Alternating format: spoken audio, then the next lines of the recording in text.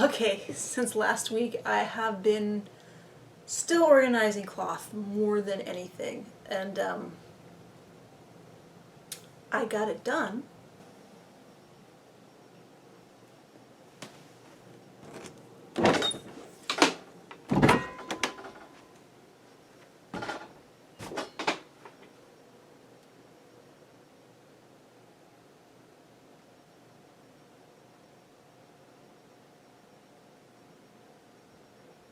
But really that's all I did.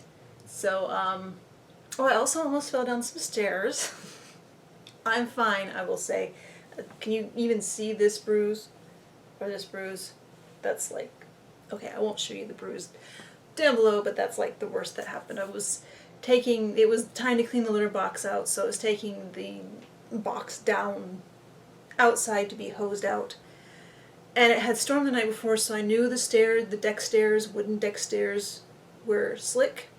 And, I've told you what a weird house this is. We have the main floor and the basement. Well, the main floor is roughly ground level here, but then when you get to the back of the house, where the back deck is and the kitchen are, that is over a daylight basement, so that's the second floor. So the stairs from the deck down are a full flight of stairs. So I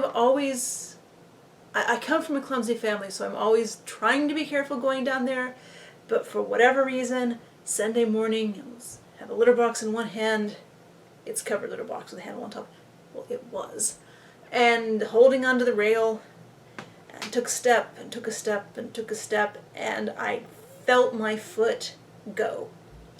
And I had this brief image of me continuing to hold onto the rail and following and pulling my arm up and even banging my head. So I remember making the conscious effort to let go of the rail and just flop. Because coming from a clumsy family, we know the best thing to do is if you feel yourself falling is to just let go and let gravity take over. Don't try to stop yourself. You're more likely to hurt yourself if you do. Like if you put your hand down to stop yourself, you're going to hurt the hand.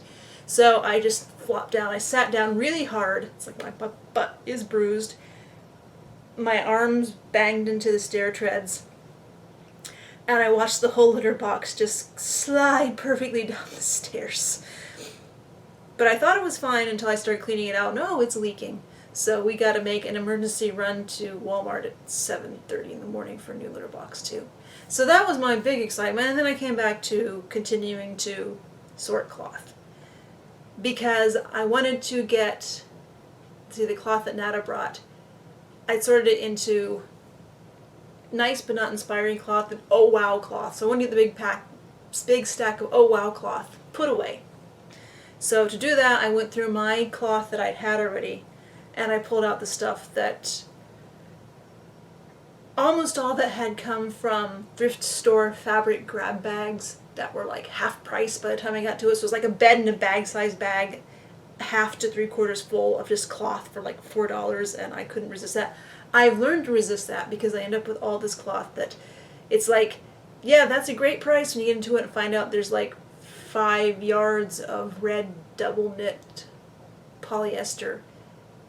But I'm not a double knit polyester kind of person. I used to think I would use it for like backing on blankets, but polyester just makes me sweat, and that's really not a pleasant idea, just even considering sleeping under it. So I'm going to offer that to other doll people, and and that doesn't go, I'm going to redonate it or maybe put it on free cycle. I haven't decided yet. So that is most of what I've done. Very little doll stuff. I did go to the thrift stores today because I'm looking for a few specific things, and I did find something I've been looking for probably a year or so, and that's more cloth.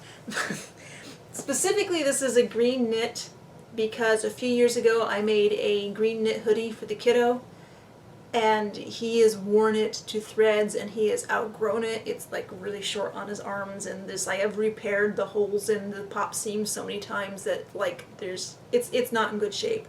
So I have wanted to make a replacement hoodie for him for a while, but I was not finding anywhere near appropriate green knit anywhere. I didn't look too hard in Joann, but I looked at places online, and of course I'm hoping to find it in thrift because that's the cheapest.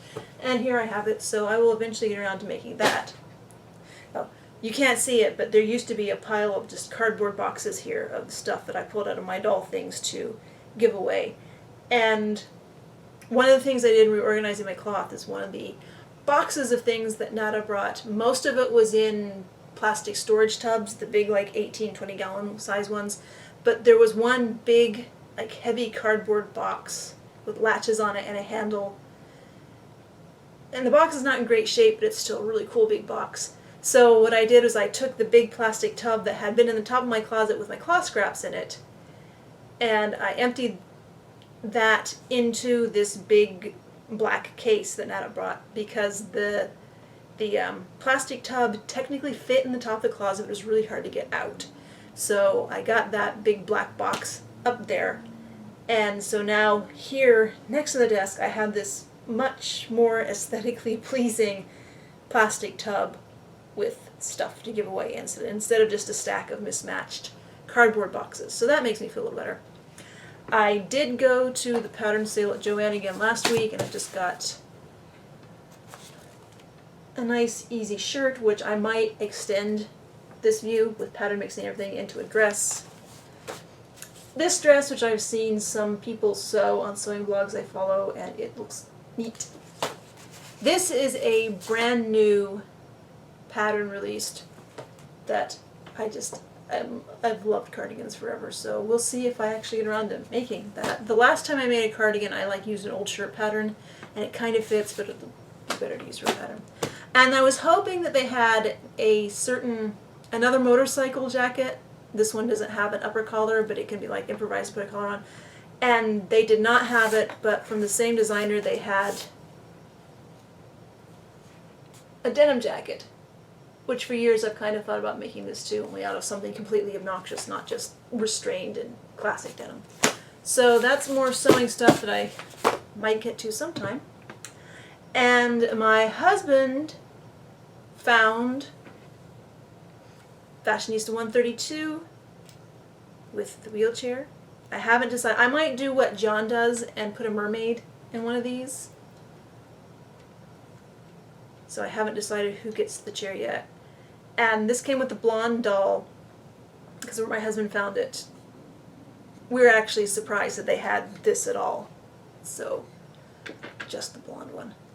And of course, first thing I did was take that doll's head off, and I was shuffling around through my boxes of dolls to see if there's anybody I wanted to upgrade, or through my customs and my box of heads to see, and my to-do customs to see if there's anybody who I wanted to,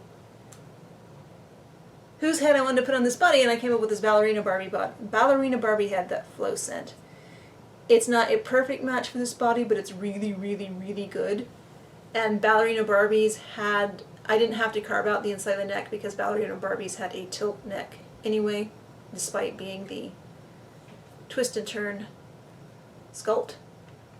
So eventually I'll get hair on her. I mean, I do have this option right now. One of the wigs Safi made, Fire Spirited. So eventually I will get everything organized to my taste, and I will get all this stuff given away to the local people. We're still trying to get that meeting together, or just, like I said, I'm also tempted to just put a whole bunch of stuff into, just randomly stuffed into a flat rate priority mailbox and say, you know, doll grab bag. But first I want to be polite and offer to the local people before I just start mailing stuff away randomly. And eventually I'll get back to sewing the stuff that I owe people. And I'm sure I'll mix in a few things from my own dolls in the meantime. And as I always say, when I do, I'll show you. And I think it really is a short video this week. I know we've had some long videos that I thought were short because I was rambled on and on and on, but not this time.